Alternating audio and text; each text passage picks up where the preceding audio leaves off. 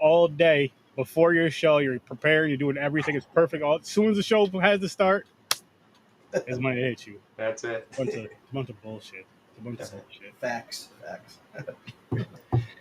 But how's it going, everybody? We have a special guest tonight, and we are going to be doing an interview with Alex Edwards, Friday the 13th. 9 Lives. Yeah. Live Director, writer, if you want to call it that. And acted in it. Yeah. A little bit of everything. Sort of started. And did the commentary, which the commentary and the movie, as well as IMDB, are all in the description. So if you guys want to go check that out, if you haven't seen it, no matter how we felt about it, if you listen to the episode, you know. You should still check it out. It's an independent fan film. And I would say watch the regular version first, then watch the commentary. And you'll understand a lot of the reasons why they did the things they did. Which one thing that was interesting to me and awesome at the same time is you and your wife going out there for like a romantic thing. And she's like, I forgot the gentleman's name, but have so-and-so come and wear the Jason suit. Have Steve come and wear the Jason suit. Yeah. Like, this is awesome. Yeah, me and Steve were big horror guys, like growing up. Like we fed off each other. It was like a pretty important thing in our lives when we were young. I think I watched Jason movies at his house for the majority of my life in the 80s and 90s, and then we got together, and then like around 2000 when we got a little older, we were like 20 years old. We took a VHS camera and we shot like this hokey Michael Myers movie called The Ghost of Michael Myers. It's on the same channel as the 9 Lives movie. And that was just a 10-minute goof. There's, it's, again, not to be taken seriously. We just wanted to film something, just wanted to do something. And then try to make it look pretty cool and editing and whatever. So we did that. And then like me and him kind of like got together and split apart and reconnected a couple times. And we got together right around in 2020, I think, like I'd say January. And then we hung out a little bit in that summer, and that's when my wife asked him to dress up as Jason. So, yeah. See, that's so awesome. That's so awesome. Just how it just basically on a whim, hey, let's just do a movie. You learn all this through the commentary.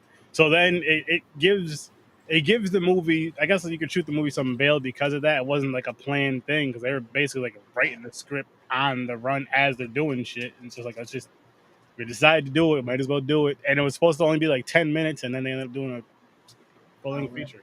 1 hour, yeah. Yeah, that happened because like once you like we had no time frame like what we were gonna make it. So like once we did those kills in Blairstown that were supposed to be just the Jason sightings that we were supposed to film and post on our podcast group. Once they did the cemetery scene, like they said, well, let's say that Jody's brother was killed. And I was like, well, why would we do that? I mean, what would that matter to post on Facebook? And they were like, well, I don't know. Let's do like what we did with that Michael Myers movie. Let's make like a 10-minute movie. And I was like, yeah, all right, okay. So then we just cooked that story up. And then when you go home and everyone's coming the next day to do something, I'm like, well, I guess let's write an explanation for the 2 kids that were killed in the tunnel. Let's write an explanation for the Jody brother thing. And then you just keep on making excuses. And basically this is what it was. Well, we did this, so let's explain that. We did that, and we're going to go here, so let's write something for this scene. Like they knew an abandoned camp, so it's like, well, let's do something there. And I'm like, well, what are we going to do there? And then they're like, I don't know, just see Jason, I guess. And I was like, well, I don't know if that'll work. How about we just like see like where he hangs out? And then he sees us, but we don't see him. Because we knew we couldn't film the whole movie in the camp. It was just like a one-day thing. Yeah. So that's when I just decided to bring this this whole like Jason Mom Part 2 head shrine thing with us, or some of it.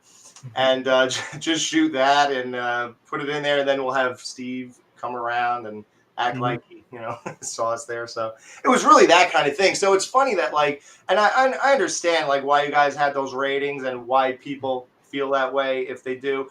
It's because I think that the movie is really just a victim of like what's going on now with fan films, like how there's not been a movie for like 13 years or whatever. So people are just fed up with it and they're just making their own. So I honestly, you won't even believe that, but I wasn't really even thinking of that when we shot this. Like I wasn't thinking of Never Hike Alone or Mhm. the Vengeance or anything like that. I wasn't thinking of any of that stuff. It was just let's do our thing, and then I knew I had a podcast audience that would at least watch it. Like I really didn't think that movie would get more than like 300 views, honestly. So that's a misconception. If like people thought I was like joining, like throwing my hat in the ring, to join all these like fan films or something, Yeah. But seeing the movie first, blind, not knowing anything about it on the show, and then seeing the commentary version of it, put everything into context of my initial reactions and maybe ours as a total, our initial reactions. Uh, Having you explain that this wasn't meant to be a full-fledged movie, that it wasn't meant to, you weren't taking anything serious. I think listen to that commentary, put things back into perspective, from my opinion of your film. I agree with you there. Which definitely makes it positive, and I encourage anyone to watch the commentary version to clear things up after you watch the original. Exactly. Watch the original first to get your opinion on it. I say to get your like honest opinion on it, and then watch the commentary, and it'll fill a lot of gaps. And then it's basically friends that got together, literally just friends that got together. They're getting ready to do one thing, and then let's just do a movie. Okay, let's do it. Let's just listen. And so let's not make up any excuses of why we can't get this movie done. We're gonna write some shit out now, and we're gonna act it out. We're gonna just write and act, and I respect that. Yeah, I remember one thing you guys said. You're like, these guys aren't living their characters at all. No one's acting like anything here. And it's funny because like I even said in the commentary, like honestly, like these people showed up, and I was like, well, look, you're gonna say this, and I mean, I think that's exactly how it comes off, of course. But The thing about it though was like, if I just happen to be around, you're like, hey, you want to be in a movie and read these lines? Fuck yeah! right. And it's Friday the 13th. Yeah. Yeah, like if you saw like our deleted scene or the outtake or whatever of when Jason kills the guy on the deck and then throws him overboard. Number one, that's a dummy and it couldn't be more obvious. So it's obviously a joke. But I was gonna ask, do you guys have the outtakes? Are they released? Yeah, I got it somewhere. I think I posted it on our group. I could find it for you and tag you in it. So Jason, really, the other take was that he took him and threw him like 40 feet across the yard. And we were thinking of using that, and everybody was dying, cracking up in the background of that. Like everybody was way into it. So it was totally a goof. And it was supposed to be like tongue-in-cheek humor. It was never supposed to be like some serious thing. So yeah, but I do agree. Like, I guess the one regret, I do agree with you guys, is that I should have probably covered his tattoo on his hand. I don't know. I know I did it in the one scene, like where he homages Vicky's kill from part 2, and you just see his hand holding the knife going towards my wife and stuff. Like, there we did it, and I don't know. I just didn't care or think about but again, it. it's different because it wasn't like it was a planned out thing. Like, listen, we're gonna go to Blairstown. We're gonna shoot a film. Let's go. Let's shoot for 15 minutes. If anything more happens, whatever the case may be. But let's do it like that. Yeah, and like our thrill was just to get those Blairstown shots, like that I had my wife hold that camera almost to the micron, exactly how they framed it in the first movie, and we were just happy to get that. And at that point, and then like you were joking about like how could you not see like a 6'4" guy in a hockey mask standing outside of a Blairstown diner? Like that again was supposed to be total goof. Like that was just okay. Let's just film these people eating in Jason's. And again, that was a Jason sighting. It wasn't supposed to be seriously, but since I wasn't taking the movie seriously, I still put it in there. Like I had no problem putting that in there. I was totally okay with that. And you mentioned like why would he stand up on that weird deer stand in the camp? Like when we saw that, we were like, wow, hey, can you go up there? like again, like it's funny because like you said, if it's out of context, you're thinking like, what the hell are you thinking? And we're thinking like, hey, how about you do this? How about you do that? This is different. And that's all we thought about. You know what I mean? Again, if people don't know who are like listening, no budget at all. There was, I think I spent like probably like $27 on the movie, and then just the MacBook to edit it was the only money put into it, honestly. Nothing else. It was done on a cell phone. This phone here, I mean, nothing. I just set it on 4K, and I figured that's going to be good enough. So Nice. it's all context, honestly. Yeah, definitely.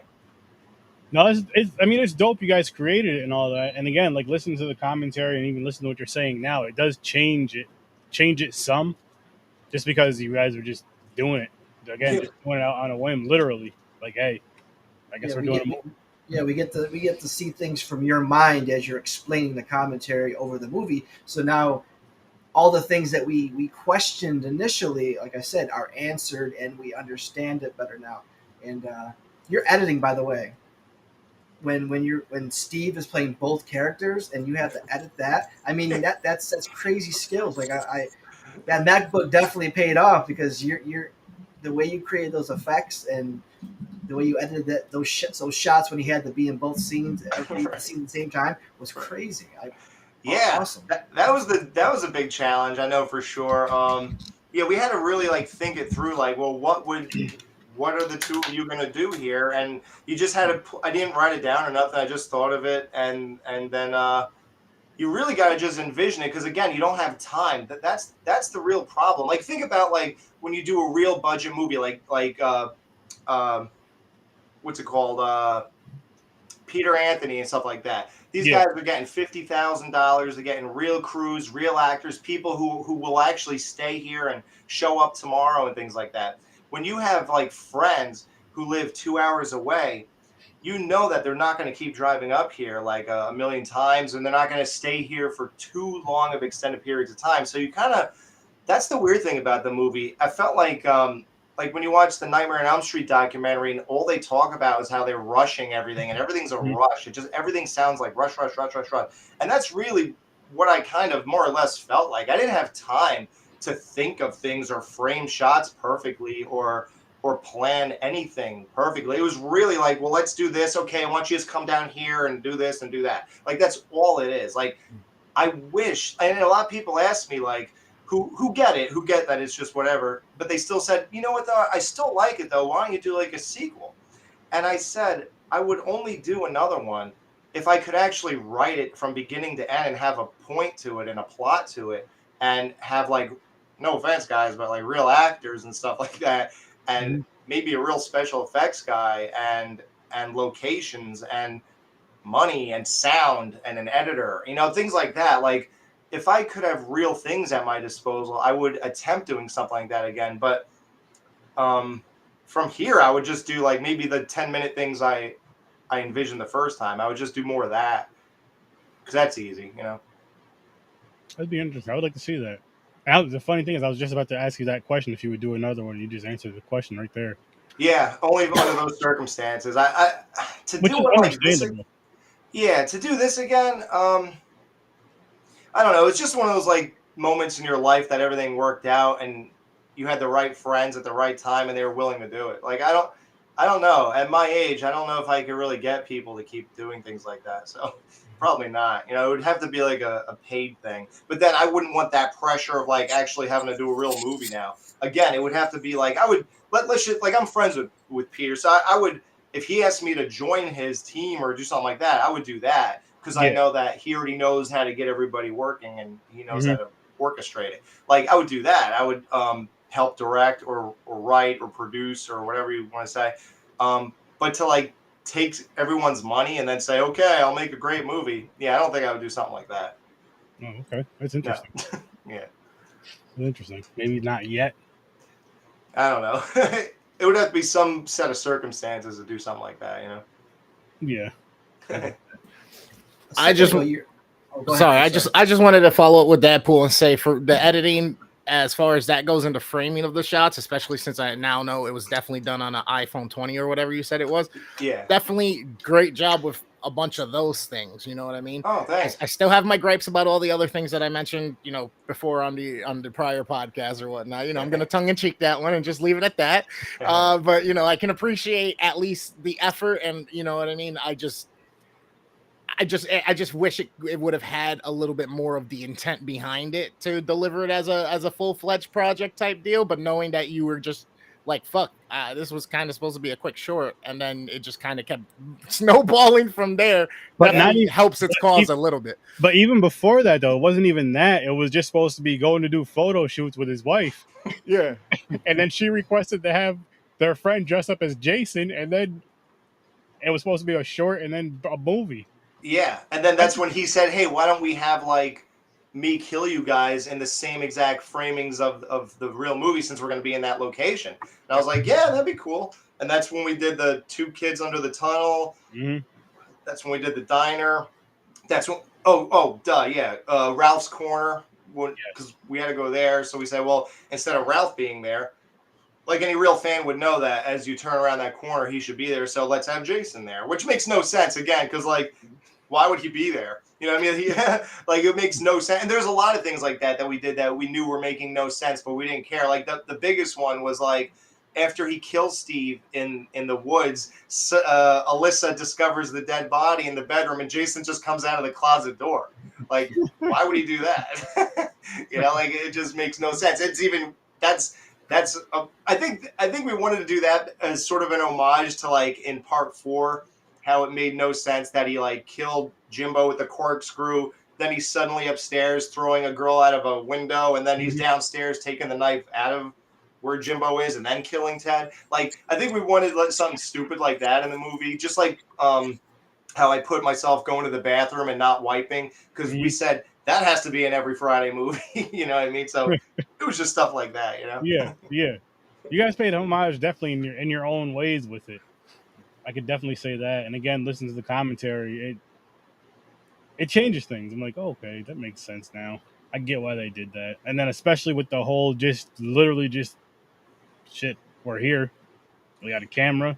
Yeah, I'm surprised you guys didn't trash the storyline more. I was actually surprised. I was like, oh, God, they're going to say, what kind of dumb story is this? Like, who cares about this guy from 5 years ago? What does it have to do with anything going on now? Like, honestly, the only thing that the 5 year ago Jody brother kill thing brought up was me getting mad for 10 seconds, and then I go hang out downstairs and talk about the kids. Like, it doesn't even mean anything. You know what I mean? It was just stuff that we're writing. But, like, the one thing I'm proud of, like, if anything, is, like, I do really like how that one part turned out where Jody's talking about it, and then we, like, show it as she's talking about it, and, like, the chase in the woods, and then when she's done telling the story from her point of view, then we show what actually happened. And then we put the funny thing with that arm over there, and that was just on this table, so I just knew I had an arm, so I said, well, somebody's gonna get their arm chopped off. So that was that, you know. And again, it's very, I don't know, out of context, it's terrible, because it's like everyone's doing these serious movies now, and, like, how could you treat this like you would have treated something in 2000 or 95 with a VHS camera? But that's just that's what it was. You know what it is too with this movie is it fell during like it came like after I know it came after Roseblood. I think Vengeance 1 and 2 as well. Oh no, actually it came out before Roseblood, because when I reviewed Roseblood, I talked about no. I mean as far as when we were reviewing. Oh, you guys. Oh yeah. We were reviewing, not when they came out. Like came out, the movies come out, but when we were reviewing them, so like the review came out after certain ones. What's up, Mick? By the way, this got to be an awesome interview on your show. Dope podcast, by the way. The Scene Snobs, everybody go check them out. So the comment you made on the commentary, and you just kind of segued into about what was it? It was the different shots. It was shot on the phone, and then what was the statement you just made? Me? No, our guest, Alex. That we kind of treated it like people used to do in the 90s with a VHS camera and stuff. And I think that's part of the reason why it hit me so much as like what the fuck? Because honestly, like, we're so spoiled nowadays from such great imagery that if you have that good of an imagery, because you had great fucking shots, the trees with the sun coming through, the Jason up on certain, like, you definitely had certain shots and certain things done with the filmography and like the your positioning and all that shit. So I think that kind of led into a part of the letdown that I had, because again, I'm like, look at how good this looks. And then I'm expecting like all these other aspects as well to kind of follow in line with fall that. into place. Yeah, you know what I mean? So that's another reason for me that it was like, fuck, man. Yeah, it's like you were almost there. Yeah. Yeah, honestly, well, those were just us getting lucky, I guess. I don't know. Yeah. Like, listen, if you say, are you happy with how it came out? Of course. I mean, when you know the story of why it's even in existence, yeah, sure. I mean, I've seen worse, for sure. And having zero experience except for a 10-minute thing I did when I was 20 years old, and having, like nobody else had experience either, at all. So for having zero experience and zero plot, zero ideas on the spot, yeah, I'm really happy with how it came out. Oh, hell yeah. You should. Yeah, and that's it. But again, you always have to keep it in the context. Like, now, again, if somebody let's just say, for whatever reason, I was paid $50,000 to do that movie. Oh, yeah, I'd be like, I just didn't care. I just wanted people's money, and I just shot whatever I wanted. You know what I mean? Like, that's what I would think if I did it that way. But since I got $2 for the movie, yeah, I'm happy with it. It's funny, right? Because most people would be like, well, what the fuck did you do with the 50 grand? And you'd be like, well, what did you expect for 50 grand? You know what I mean? It's different perspective on that. Yeah, I'd be like, these movies take 20 million to make. What are you talking about? Yeah. Driving up in a brand new car. How much did that cost? $48,000. Yeah, what did you do with the rest? Made the movie. I put on that plug. Does the movie even make an appearance? Nope. Does the car make an appearance? Nope. I didn't want it in that movie. I didn't want to be tied to this. Yeah, I don't want it in this crappy movie. What are you kidding me? That's funny. Oh, man. No, but at least you can chuckle about it. At least you can embrace the feedback and at least go, listen, dude. That's fine. But just so you know, I pulled out my phone. People started hanging out. We were supposed to be drinking and just getting some shots for each other. And the next thing you know, we made a fucking movie. Get off my back. Hey, how about that? Again, that makes sense to me, because it's just like, again, listen, we have, I don't know how long it took you guys to shoot, but let's say we have a week. That's it. I think I wrote it at the end of the movie. In the credits, it says the shooting date. But again, that doesn't mean every day was dedicated to this movie. Yeah. Absolutely not. It was like, if I had to be real about it, I'd say like 4 weekends. 4 weekends? I think so. Nice. And then I had to do a lot of filler stuff. Like, for example, so in editing, I'm like, oh, God, we don't have anything that explains this, or we don't have a transition to that. We don't have this. We don't have that. So then I would film things by myself and around the house or whatever to fill stuff in when I couldn't get everybody together. That's why I'm in the movie so much. It's not because I want to be a star or anything. I actually, the point of me was to just fill in tons of gaps. And that's why it might appear that I'm like one of the main people in the movie, but it's only because I couldn't get everybody to come back here. Yeah, so that's the other thing. Yeah, for sure. Get that for sure. I was like, this guy looks so familiar to me. I'm like, where the fuck do I know him from? And I'm still trying to put my finger on it, man. I'm still trying to put my finger on. I'm like, have I caught his podcast before in the past or something? Have I seen him in something else or something? It kind of looks like Dave Grohl, so he's kind of a little bit. He kind of does look a little bit like Dave Grohl, a little bit. A little Foo Fighter action. I've heard that before, actually. No, but yeah, I was just like, man, this guy looks super familiar the whole time. And then I was like, was he an extra on Sons or something? Like, look, he pulled out the Fat Boy and everything. Like, what the fuck? Oh, I wish. That's one of my favorite shows. Hell yeah.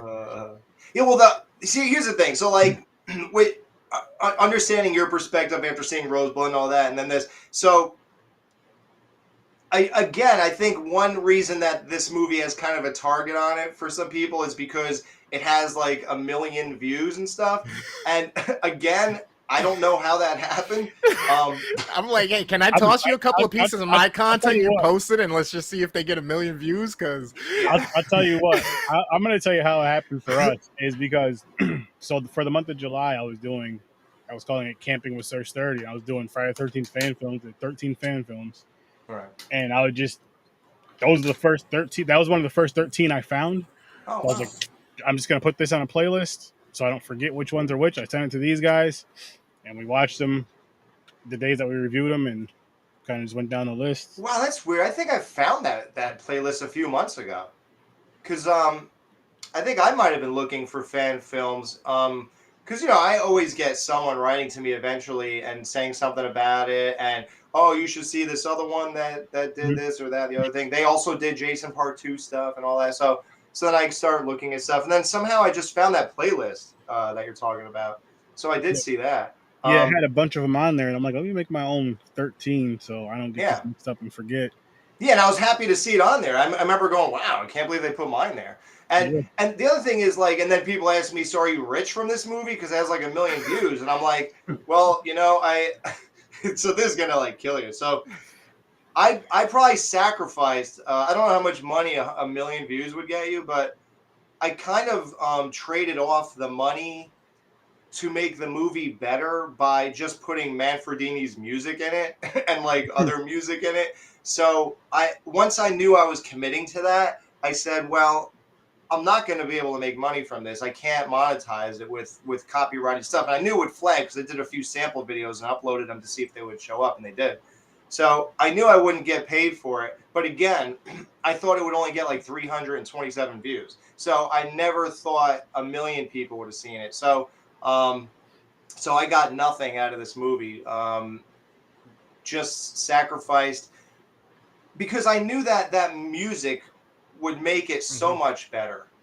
And I spent a lot of time like picking the exact right music for every scene. Like I would play like 30 different tracks and overlay and just keep watching the scene over until I found the right one for each one. So that was like a lot of the time spent editing. So that was like my trade-off. I wasn't going to get any money for this, but at the end, it was a product I'd be happier with watching when I'm 65 and saying, yeah, it's better like this. Because having generic music or no music or whatever, it would have been, you guys would have hated it a lot more. I think that music really made you give it a 1 or a 3 or whatever you did. I think without the music, I don't think you would have done that. So. And the Halloween party music, that was actually Violet's music from Part 5 when she gets killed in the bedrooms. So that was a nice little touch. And then, the cosplays that they were dressed up as. You had someone from A Clockwork Orange. I think someone was dressed up as Clockwork Orange. Right. Yep. You had the mask on that just mysteriously would come off, come on. That was funny to listen to in the commentary, by the way, because I'm like, wait a minute, I'm watching this the first time. He's in the bedroom, no mask, but he's going to take a shit, and now he's got the mask back on. Yeah. I'm like, what's going on? But no. It was great. Again, the funny thing with that, so you realize the context of how not serious this was. So, it's in the other room. So I don't know if you guys are fans of Alice Cooper, but I'm like a big fan of him. So do you know that like on his shows, he like cuts his head off in the guillotine? Yeah. Okay, so they started selling those heads. So I bought one like 3 years ago or whatever. So I had that mask from like Trick or Treat Studios or somewhere. I forgot who made the Alice Cooper mask. So my kill was supposed to be Jason seeing me and then just swiping towards the camera, and then I would roll that Alice Cooper head down my legs. So it would look like my head was cut off, but it would be obviously a colossal joke. Like, there's no way you would think this is real. So it was just for a total gag, total goof, and that was the extent of my character. I wasn't going to do anything in this 10-minute movie. So that's why I had that mask on, because we were shooting it in the early days, and I had to incorporate it again as the movie went on, just to have some continuity. But it held no, obviously, major meaning or anything. So, quick question for you. Seeing how you did this with no true direction or anything like that, and just on a whim, and it got 1 million fucking views. Yeah. Are you inclined to do something else? Just period? Anything else? Just You know what I mean? Like any original shit or just another type of remake or fan film that you want to do that you're passionate about? Because not for nothing, man. If you got 1 million views off of this shit, you can get 1 million views off of something else. You know what I mean? Yeah, hopefully. I agree. Thanks. Yeah, I would like to do shorts. Like, I do want to keep it to the 10, 12-minute thing, and I think Okay. I could definitely create like stories like that. And Yeah. I would definitely actually practice acting and stuff. I wouldn't just like Mhm. look at it and say it this time. And I would try to get like other people to actually care about it and Yeah. really read their stuff. And yeah, so I would like to do 10-minute shorts and like vignettes or whatever you want to call I it. could But get back. I could get behind that. yeah. Shit, you and me both. Send me a Hell script. yeah. Yeah, right. Hell It yeah. just seems a lot easier, and it seems like I feel like I could do even better, obviously, with than a full blown thing. But I have written a script a long time ago that disappeared though. There was a website called HORRORWITHSIR.STURDYGUESTS, and I submitted a script for, again. It's funny, Friday 13th Part 9. It was a script where it was all and this is years ago before this became a common thing.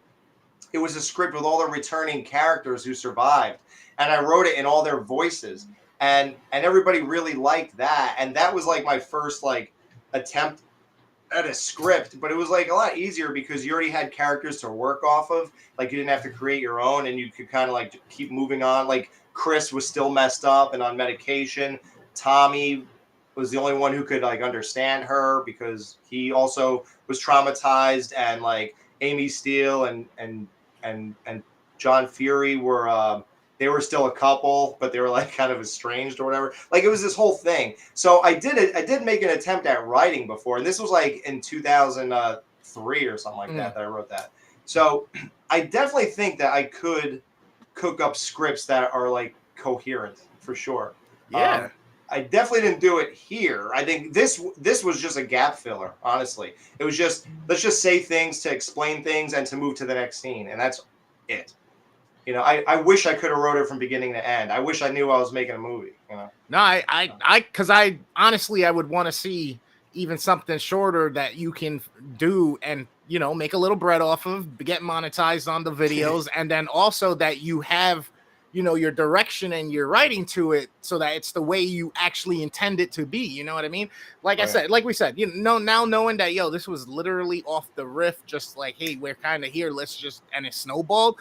All right, cool. But if you did that with this and got that many views for whatever the reason is, now I think if you put something together that's a little bit more structured and a little bit more organized, acting aside, whatever, you know what I mean? There's other points that can still elevate the process of, you know, I mean, your whole the goal that you have. So I honestly would love to see something else. I would love to see you actually go for it on something and go boom. You know, I may have ripped you apart, don't get me wrong, but at the same time, like I said, like, bro, I understand the process. You know what I mean? I get the situation, but at the same time, I just like fleshed out things. I like things that hit kind of on all cylinders. You know what I mean? Most people do, yeah. And, you know, it's funny. Peter Anthony wrote me and him were I guess it came out on Christmas or something, and like for the next 3 days, me and him were talking like in voice messages on Facebook.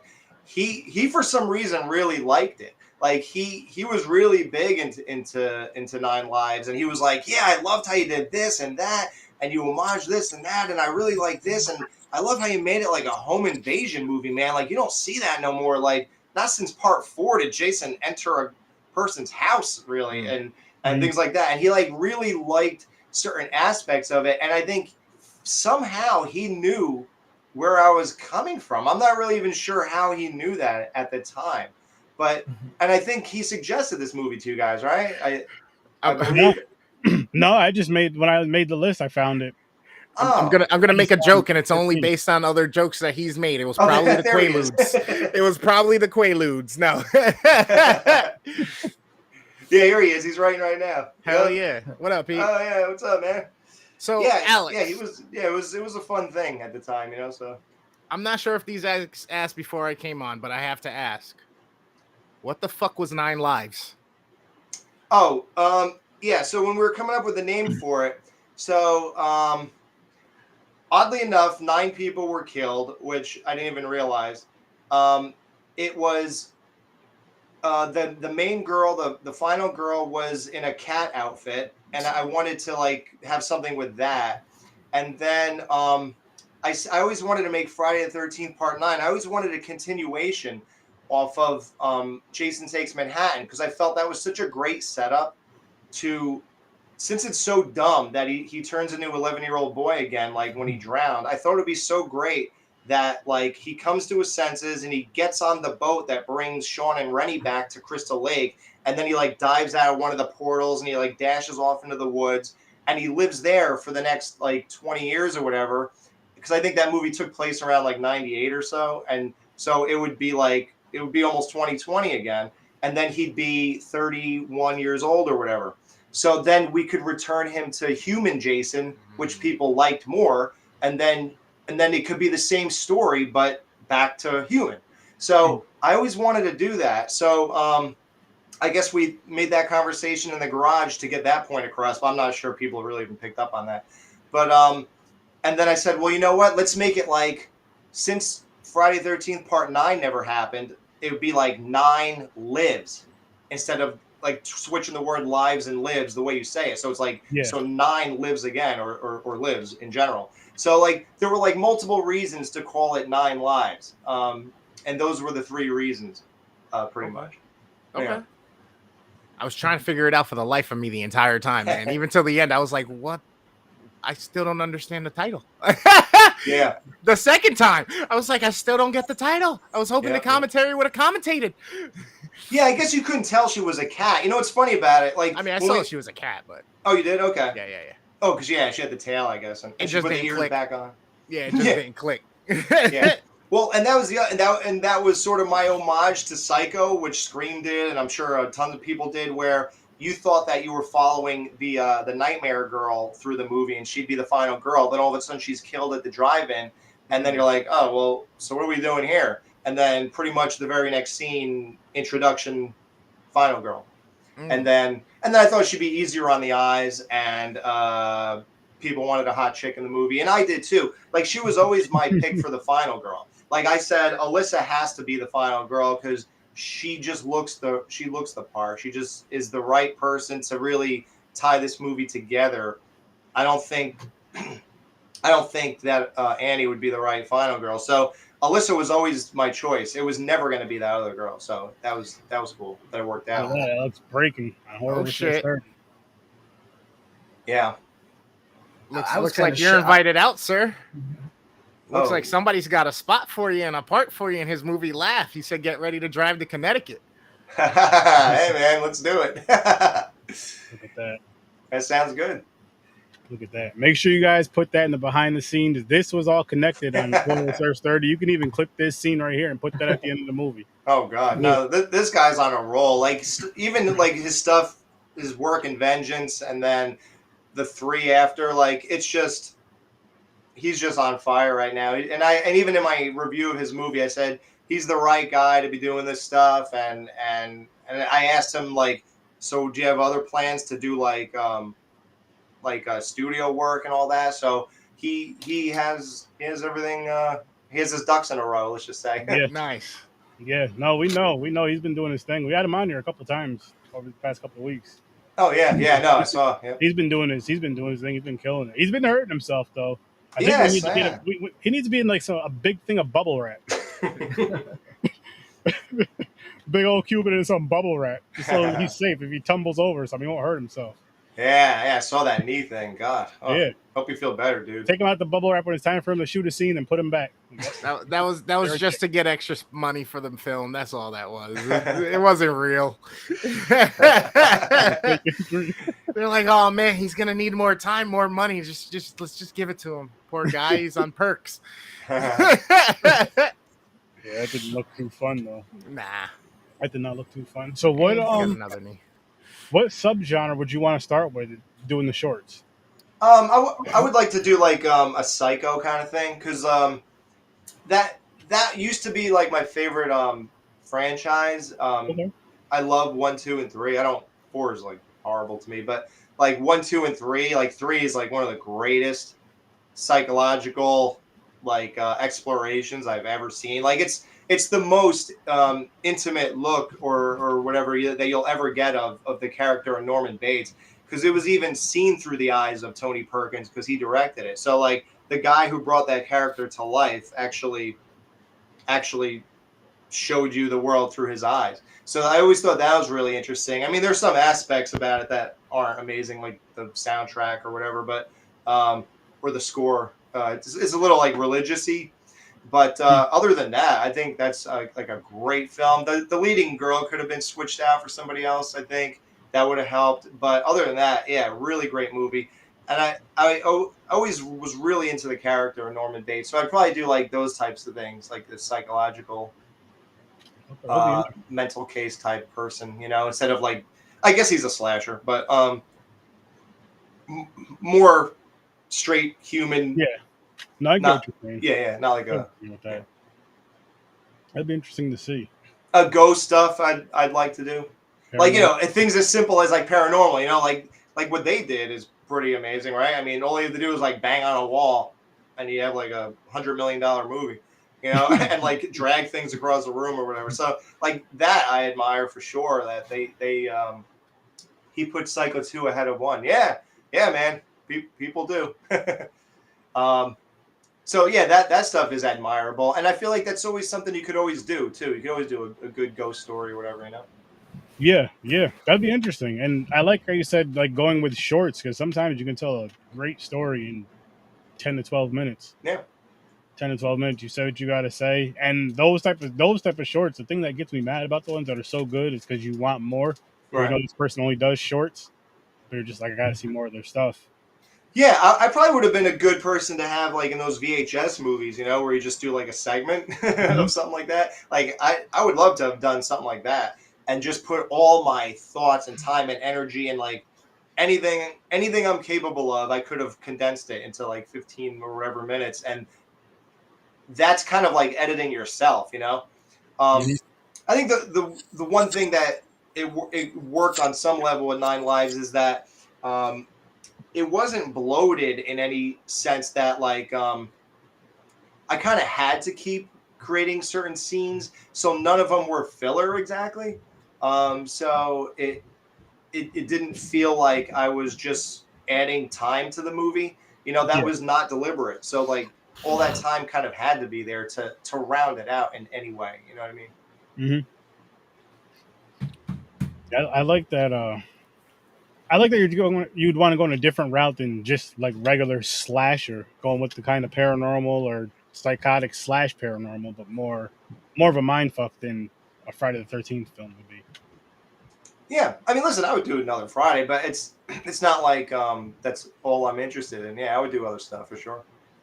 Now, is that your favorite franchise? Yeah, pound for pound, I would say Friday would top them off.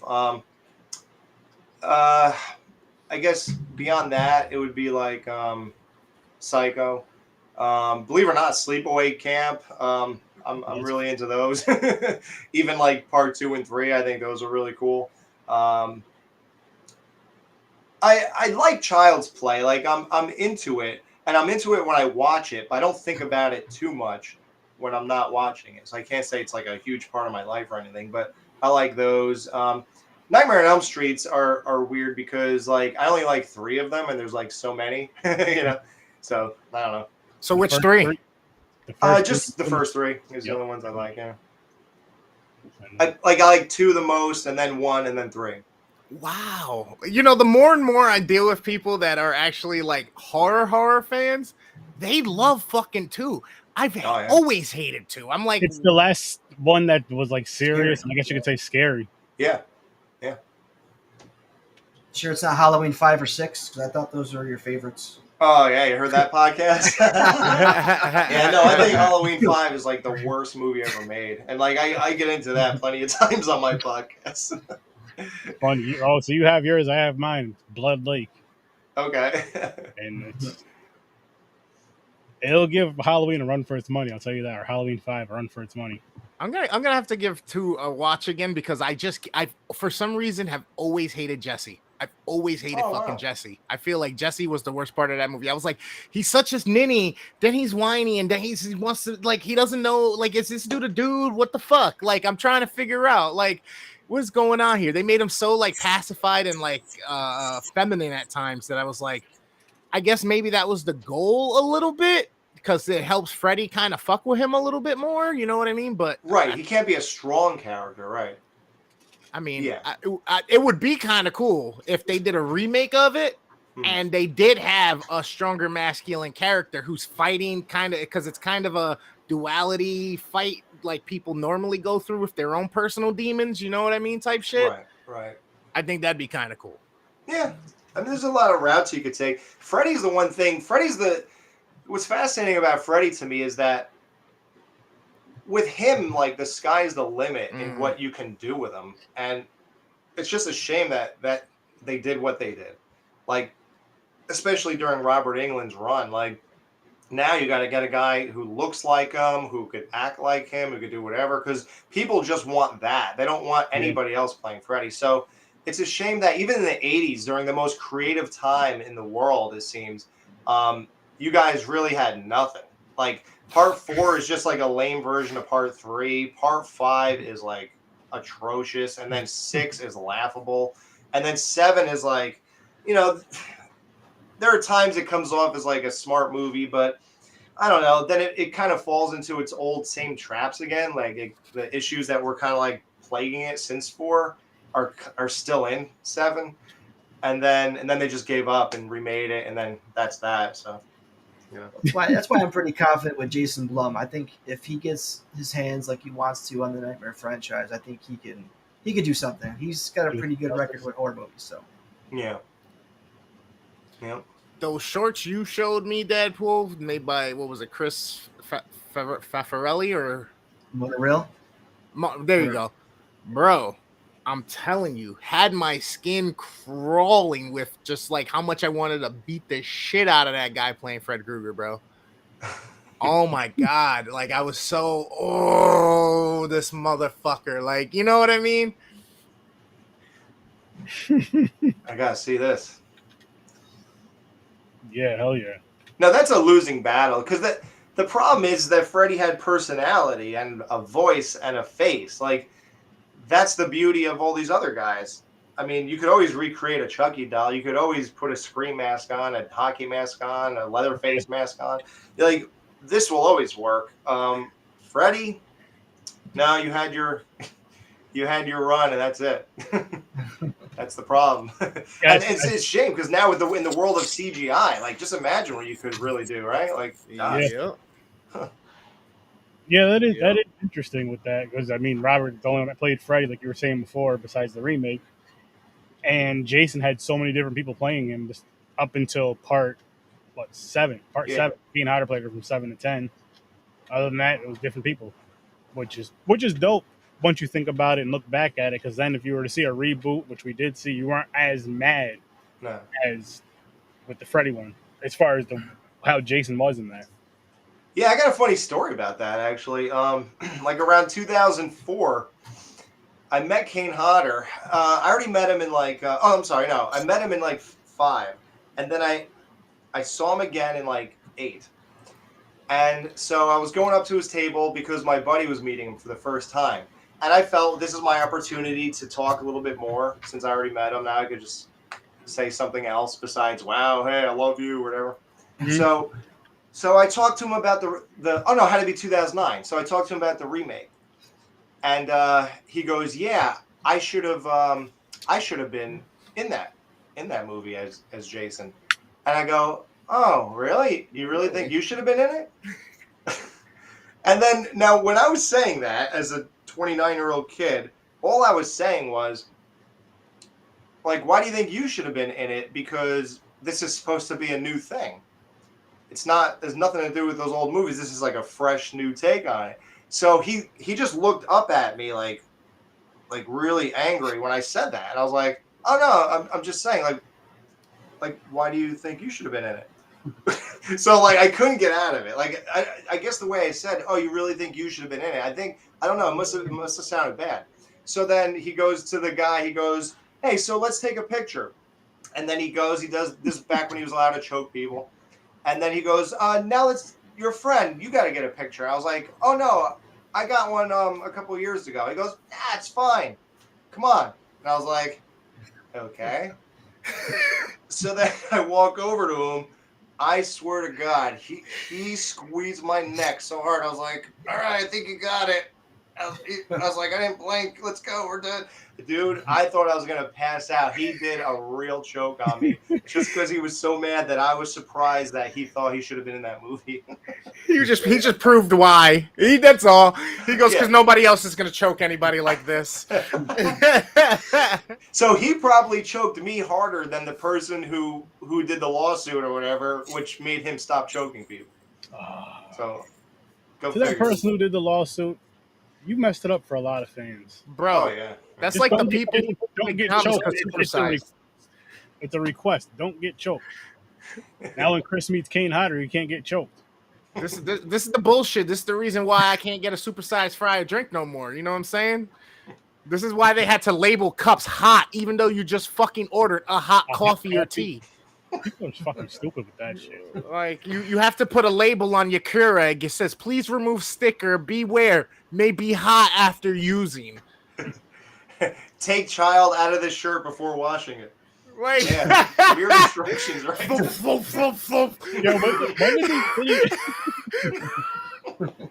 It's like, wait, you killed 2 birds with 1 stone. Now there's no bath. Perfect. Where did these idiot instructions come from? Like, when did this shit start? Oh, I believe it.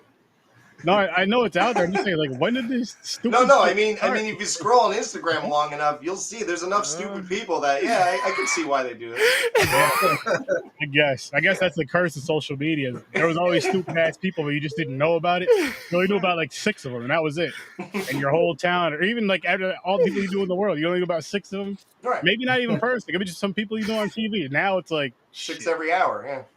Yeah. 6,000 every day now they all got phones and cameras and they're all going viral on TikTok except for my ass. Or doing some stupid shit. I'm telling you, I gotta start hitting myself in the head with some frying pans or something. I guess. Get somebody to walk up behind me and just clap. So to get back to 9 Lives, I know we're just talking about Freddy. I think one of the cool things about the movie was the nightmare sequences. With Annie, with yourself, because that just kind of just added a different layer of suspense, horror, grief, psychological, all that. I mean, it was just a nice little touch. I'm still mad that Annie got killed off soon. It's in my notes that I'm kind of mad Annie got killed off so quickly. So you didn't like the psycho switch then? I thought she was gonna make it to the end. I had that feeling. I'm not mad about it, but Annie kind of grew on me throughout the whole movie. So, but the sequences, the nightmare sequences were cool. I think she was a little surprised too. Her eyes popped out. Yeah, Dude, that took something so stupid. Took so many takes because Steve had to hold her just so we could see her feet dangling, which we could have rigged other ways that he wouldn't have had to do that. But we were in the middle of the woods, whatever. So I kept dropping those eyes, and they would not stay in frame. And I'm not gonna like follow them with a camera. So I had to drop those about 11 or 12 times, and it still rolled out of frame, and just the one stayed. So I was like, let's go, cut and roll, let's move on. I'm gonna fix that for you. You just said that shot was not 11 or 12 times, it was 13 times, guys. That's what he meant to say. 13 times. First 13 times one would work right. Exactly. Yeah, just like that one shot where Jason like busted through the window, sort of. That took so many times because everybody had to be in the right time and sync up right to the window, and that like little things like that. I put like real, I guess, effort into, I guess, if you want to say. But generally, like 1-2 takes. That was it. As long as I got it and it turned out whatever, it got the point across. We just moved on to the next thing just so we could finish this. But thanks. Yeah, the nightmare sequences, those were just I hope I don't take the mystique away from you, but those were just born out of we should do more. We should do a bunch of chase scenes, but where would they go? Like once he chases her here, what are we gonna do at that point? Or once he does this, or once he kicks the door in and comes at her, what am I supposed to do? Kill her? So I was like, so let's just have it so she's just like dreaming this stuff. And then we ran out of scenes with Annie, so then I had to make believe I did it, you know. And that was like another example of like filling in gaps. Like, again, that's why I'm being filmed again, to fill in. Well, we have this cool scene where he kicks the door in and all this stuff, and we chased around that abandoned thing. So someone has to dream it, and I'm not going to call them down from 2 hours. So yeah, let's go. You know what I mean? Hey, I respect it though. I respect it. And I mean, it makes sense. Like, oh, listen, I want to get this shit done. This shit needs to get done. So, you guys that live 5 minutes away, let's go. Come on. Oh God, I wish they did. Man, it would have been so. I think it would have been such a better movie if they lived close. God, yeah. Nah, it's hey man, the shorts though. me and Sturdy tried a couple little things. It doesn't get any better just because we're in proximity. I mean, I guess if they were, I guess what he's saying though is if they live closer to where it was 5 minutes instead of 2 hours, like yeah, okay, that they can do more shoots and stuff. Yeah, a hell of a lot more shoots, and then maybe even have time to take it a little more. Like we could actually take this a little more serious because I mean, we're damn near neighbors, so we don't have to rush this. Right. And then maybe we can sit down and like cook up stories, you know? Yeah, like seriously. That. Even with little to no budget, I will say this: the Jason shoot should have been dirty. I know. I thought about that. Oh, I remember what I thought to be lazy, even though I could have just rubbed it in dirt. I think what I thought was, well, it kind of looked like this in part 3, so let's just go with it. Because part 3 was off the clothesline that Edna just washed Harold's clothes, so they were clean. So I was like, well, now it looks like part 3. No one's going to complain about that. And meanwhile, everyone's like, what the hell is this? And you're not the first person to say that, believe me. It's one of those things though, because you did pick like a specific movie, and if you did like Slasher Man, had the same exact story, it'd get a different vibe, a different feel for it. Say same story, different mask, of course, not the Jason thing, but because it's Friday the 13th, and then as a fans and people that are got more of a diehard fan than I am, they complain out every single freaking everything about the damn movies. I don't have time for all that shit. As much as I love it. And I have a bad memory when it comes to that. I don't remember all that shit. But I forgot my fucking point. That an audience who's watching it and they're knowing it's their favorite stuff, they're going to be more critical on it than exactly. If it was just a generic thing. If it was just a generic slasher, I think it'd be taken different. But again, people watch the film first and then go back and watch the commentary, and you'll understand why things happen the way they did, and you'll appreciate it more. I'm not saying you'll love it, because you may not love it. I do like it a little bit more, I will say that. But it was way better than a couple of the last. There was like 1 or 2 that we watched that I was just like, oh my god, there's nothing I can do with. Oh, good. There you go. I'm not at the bottom of the pond. No, you're not. I do got to give you and your wife credit though, because not only were you guys acting and you were editing, but you guys were both like her shots of her filming. Like she looks like a pro. Like some of those takes she got and just looked amazing. Like she did such a great job. Stuff. Yeah, she shot all the camp work. Yeah. She captured that cool Stand By Me moment in front of the lake. She got us walking, coming to the camera, talking about how the neighborhood talks about a boy beast running around, and then pans across to the cat. And that's the other thing that you learn in filmmaking. Like, what I really didn't know, which I'm so mad at. One thing I do not like about the movie is that when you pan across and it's digital or whatever, it does that jumpy thing. So I found out, somebody talked to me about that. They go, hey, you know why that's happening? Because your frame rate was too low. Mm-hmm. So if you're ever doing panning again in the future, increase it like double whatever it was. I don't even know what it was. I think when I edited it, I looked up online what a normal movie's frame rate is, because I wanted it to look like a real movie, and I felt that if I slow down the frame rate to like what it is in real movies, it'll look more like a normal movie. So, but I don't think that has any bearing on the actual filming of it. So So I still would have looked good even if I did that, if I had a faster frame rate when I was filming and doing the pan shots. Unfortunately, I did not know that. So that is one bummer about it that I. But what I can say and what I respect, and I do say this on the podcast a lot, is you did something and you put it out there. Mhm. No matter what people think about it, you put it out there. You should be very proud of it, for one. And then on top of that, it's going to inspire other people. They'll be like, okay, he put this out here. But then they'll see your other content when you're doing these shorts consistently. You're putting them like, okay, so he started from this. And now, wow, this is some really, really cool shit. These are some really cool shorts. I would love to see these in a full length film or full length. Maybe I can, because maybe even if it's something where it's like, okay, I wouldn't mind being a part of this, attached to this, but I'd rather, say Chris is someone who does film, Right. awesome writer or whatever. He contacts you like, hey, let's connect on your short and do something more. And I could see that being a possibility down the road. I think it would be something dope. But I'd Never like to know. see more of your work. Oh, I think he froze. Yeah.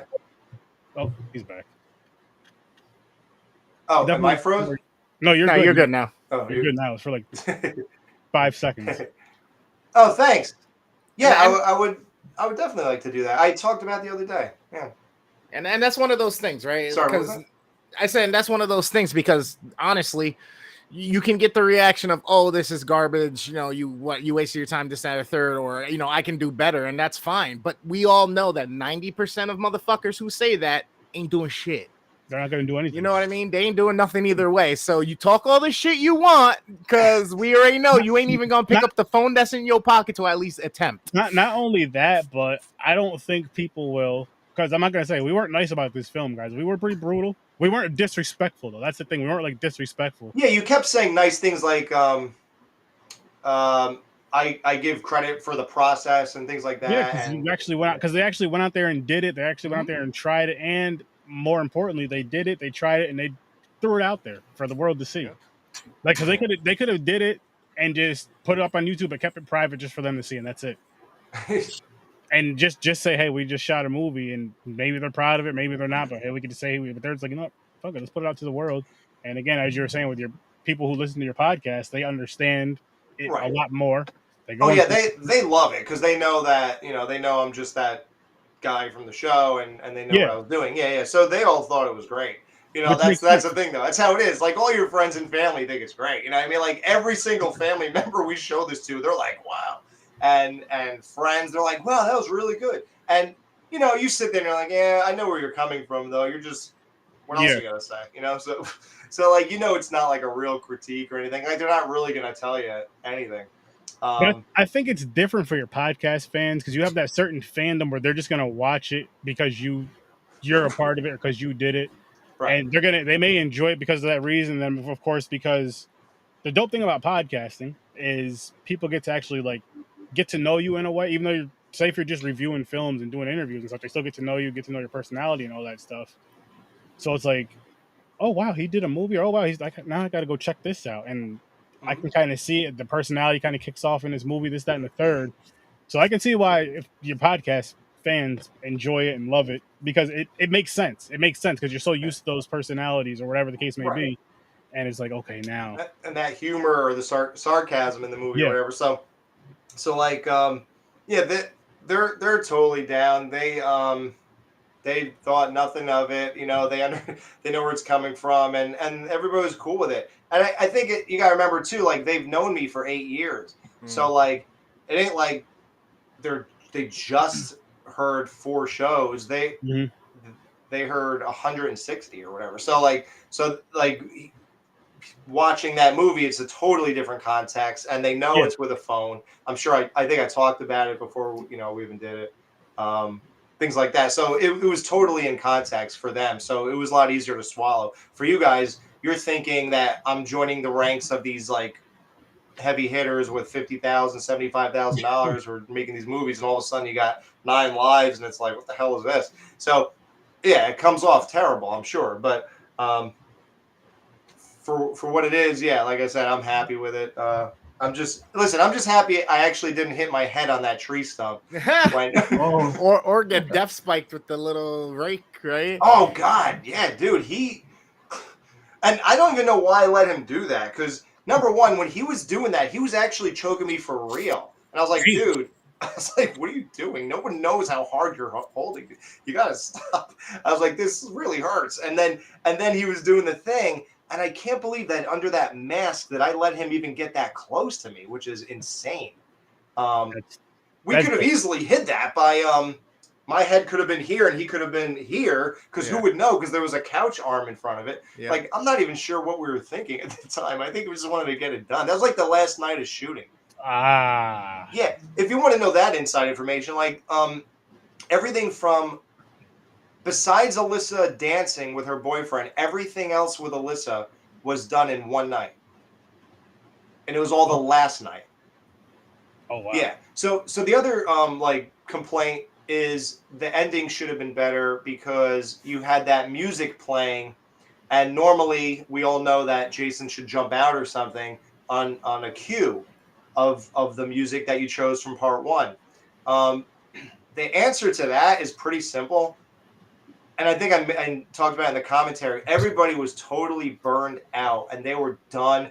Steve and Jody showed up, honestly, 3.5 hours late that night. And we were supposed to start shooting as soon as the sun went down. And instead it was 3 hours after it went down. And it was like 1 a.m. or something by the time I'm filming Alyssa drive away. So nobody wanted anything to do with the movie at that point. Like honestly, like her walking out, like that was all filmed in sequence too. Like every single thing was in sequence. Honestly, her whole chase, and even to her driving away, that was exactly the last shot. And the only thing I would have liked to do is when she turns the corner, Michael Myers could have been standing there, since the movie took place on Halloween, and then you just get that reaction where the camera just shoots up to her eyes, like the surprised eyes or whatever, and kind of an homage to Sleepaway Camp 3 or 2. So that would have been a nice ending. But I think I said in the commentary, the next day there was like 2 to 3 feet of snow on the ground. Jeez. And we already had a release date for Christmas, which I already hyped up. So there was no reshooting to be done or any additions to be done at that point. And I knew if I didn't make a definite like release date that I would never get the movie done. So I just edited that movie every day at work. Like whenever we weren't working, I was just on my MacBook just editing the movie, and then I would put it down and start working and go back to it and edit again. And so like one guy said he didn't like the editing I did. So I think again, if I had like real time and I was able to stay in my headspace the entire editing process, it probably would have been it would have hit better beats, I guess. But doing it the way I did it, like between working and living and doing other stuff and rushing to get this done on Christmas, I'm sure that hurt my pacing or something, you know? Yeah. Oh yeah. Do you think a couple shots? Yeah, you're good. Go ahead. Sorry. I was just gonna say, do you think the possibility of shooting an alternate ending to the movie and then leading into a new project would be something you'd be willing to do? That'd be cool. Yeah. That'd be cool if I like just took the footage of her driving around and then shot the Michael thing, and then she still looks the same, so we could just have her new reaction as if it was that night, and then it would lead into the next movie. That'd be cool. That'd be an interesting connection with your films. Just at the end of the movie, it doesn't even have to be the same character. Someone just drives off, and the next movie starts with them driving into that scene, and then maybe they get taken out early, and then the story goes on to a whole different, complete different story of what they were involved in. Yeah, that'd be cool. That'd be never seen that. That girl's way into horror though, that Alyssa, so she loves it. She loves this stuff. Like every one of my birthdays and Christmas, she always buys me horror stuff, like all the time. That's amazing. Yeah, all the time. So she's way into it. We watch all the new Halloweens together. Like we've done all that stuff. So she would love to be in more of them, and I'm sure people would like to have her. So yeah. Hell yeah, well shit. Put her in more of your things and bring her on next time. Definitely want you to do that, for sure. Yeah. This was a good time. Talk about thanks a lot, guys, for having me on. Well, I gotta thank you for coming on, because what I respect, what I appreciate is, again, you were listening to the original episode and how I invited you on. I was being dead serious in the original episode of it. Your comment was, "Hey, I know you guys didn't like my film. If you watched the podcast, you would understand it more." But it was like nothing like "fuck you guys, you didn't like it," blah blah. Like some people get all pissy about it and take instead of trying to have a conversation and all this stuff and have some fun about it. No, I could tell you weren't like bad guys or anything. You could always like kind of see, even if they're saying bad things, you could tell someone's not a bad person. So like, Yeah. I didn't think of it like that. I just thought, yeah, well, what do you expect them to say? So I thought at least giving you perspective would help, and then it would just be a fun time in general, you know. Oh hell yeah, hell yeah! And now you have 3 people that want to see more of your work. Definitely want to see these shorts. Thanks. And where did you say you're in Jersey? Yeah. Well, I mean, Nice. if there's ever a time where we have some free time, we can shoot something in a few days. Send the script. Well, that's what I did. And you said, yeah, the other great thing, you guys were like, what the hell is Vicky from Friday 2 doing in here? So I guess hopefully you heard the commentary and that shed light on that. Like she liked that little part 2 thing, and she was like, man, I would love to be in that movie. And I was like, oh, really? I would even love to do something like that. Shit, right. Listen, here's 5 minutes. If you guys are together, just do this for me and send it back. Make it as clean as you can and send it back. Okay, we can do that. Yeah. That'd be fun too. Yeah. Hey, listen, that was a huge honor. Like, I get to say I had Vicky from part 2 in my movie. Like, that's dope. That's super dope. The coolest thing in the world. Like, I was just happy to interview a lot of it. Like, I must have interviewed like 10 or 15 people from Friday 13th. So like I'm happy just to do that. Like, I interviewed Ted White, honestly. Awesome. So that was like one of my first interviews, Ted White. So like now think of how much more meaning that has. Mm-hmm. I have something captured that nobody will ever have again. So that's such an honor, you know. No, that's dope. That's really, really dope. Yeah, absolutely. And again, people, go check it out. Seriously, check out the movie first, and then check out the movie with the commentary, and see what you think. I got one last question now. Don't be trolls though. Don't be the corny trolls that are just saying this sucks with no reason. If you don't like it, say why. And then be able to reply to his response or whatever. Or don't. But don't be trolls. That's soft ass shit. What was the last thing? One last question. How's the machete? Because it was a signed Steve Dash machete. Oh, you must make sure it's okay. I was like, oh my God. Oh yeah. That's nice. That's beautiful. That's beautiful. Nice. It's funny because I had to use that for like a moment in the film, and then we immediately said, so that's never going to happen again. And then we went and bought a machete for all the rest of the stuff, which is somewhere back here. I don't know. Nice. Yeah. Did you guys all sign that machete? No. Oh, you should do that. Seriously. Guys, listen, next time you guys every time one of them comes over, listen, I need you to sign this machete. Why? Because we were in this film together. No, another part of the budget, as gifts, I bought everybody things to say thank you for being in the movie. So I think I spent like $300 in gifts for all those people. Nice. So I guess that's the budget, if you want to call it that. Hey, it's something. It's something. That's interesting. That's interesting because we usually with film in general, usually people have an idea, they have a plan ahead of time, not just on the trip and come up with the idea. For the most part, I'm saying. I hope everybody has always an idea before they do a movie. But no, I do and I don't. And the reason why I say I don't is because you have the ones that are just like, and I could fall in this category, I want to do a movie or even do a short. And instead of like just trying to waste time thinking it out, and just not, you guys just did it. I mean, I know it's a longer film, but you guys just did it. So I definitely respect that. I think that's a cool. I think it's a cool thing to do, just to at least get your foot wet, just to get something out there, and maybe just to kind of challenge yourself in a way of like, okay, I'll put this out there.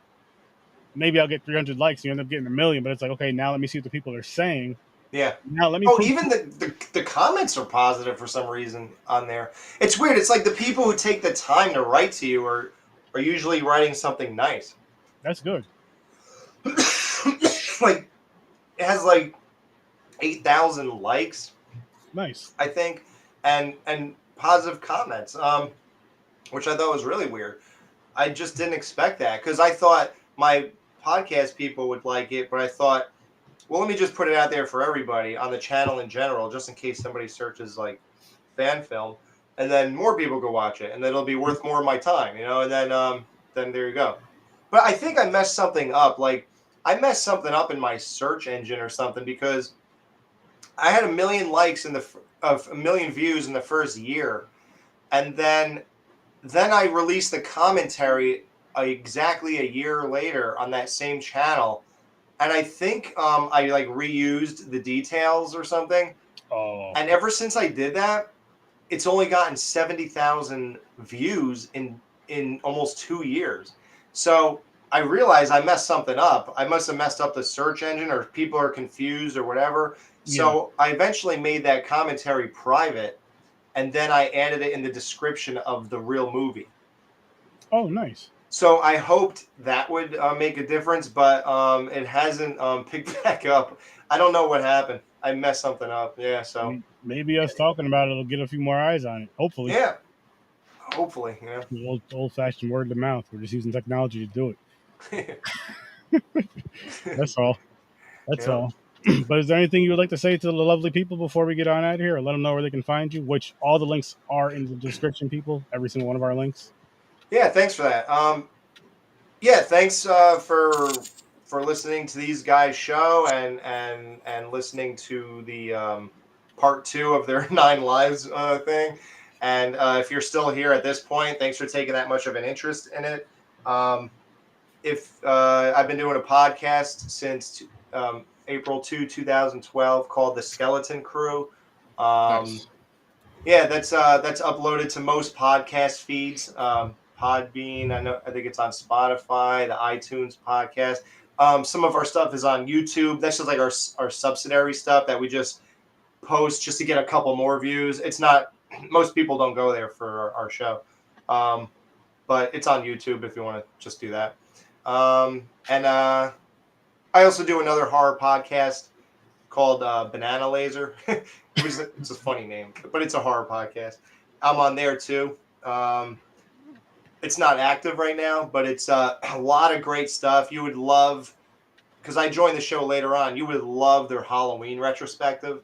So definitely check that out. It's so good. It's so good that I took all of it and I edited out like hours out of the entire thing, because it was like 10 hours long. I made it like 7. And then I, with the guy who made it originally, we added a bunch of clips in it and like polished it up, remastered it, and re-released it. And it's like just a great thing for people to listen to if you're a Halloween fan. Yeah. Nice. I guess our big Friday 13th stuff, if that's what you're into, for Skeleton Crew is like I interviewed Carol Locatel, Ted White, Ron Milkey, the guy from part 2, Scott, Adrian King, trying to think, a couple other people. It's not. Demon from part 5. Trying to think of other things that you guys might like. I know we did a Halloween versus Friday the 13th battle to see what was the better franchise, which I know. It was. Did you hear the whole thing? I listened to it, and I mean, you guys had some valid points, but I'm still kind of like, everyone's shitting on Kane Hodder's Jason. I'm like, whoa, hot take. Yeah. I just said I like him, but he's not my favorite. I like him. Yeah. He's my favorite zombie Jason for sure. But the way you guys battled the movies and voted, that was, I mean, the pairings were great. So check out the pairings, because the case for each movie made for great conversation. That's all I'm going to say. Anyone who wants to check it out. Yeah, definitely go check it out, people. Definitely go check it out. Check out the podcast. And Banana Laser, where'd you guys come up with that name? Matt came up with that. He's like an offbeat kind of guy. Don't get me wrong, you'd love his humor, but he also has that like non-conventional humor. So he's the kind of guy who would just make a name that makes no sense, and it would not lead to make you think you're going to listen to a horror podcast. Like he just didn't care about that kind of thing. Mine was more conventional. The way we came up with Skeleton Crew is that when me and the guy were thinking of making a show, I said, yeah, you know what we should do? We should have like a banner where like we're in a dungeon and like we should make ourselves like skeletons and like we're in front of microphones. And he's like, yeah, and we could call it the Skeleton Crew. Nice. And I was like, yeah, let's do that. There you And go. then There you go. There you go. Simple enough. Simple Yeah. enough. I like it. Yeah. But again, guys, make sure you go follow Alex everywhere on social media, not in real life, because that's stalking. Go check out Worst Damn Gamer. His links are in the description. Dadpool, his links are also in the description. And you can also go to HorrorWithSir.STURDY.com. Don't forget to check us out on Popcorn and Pints. I'll see you nightmares, everybody. Have a great night. Peace.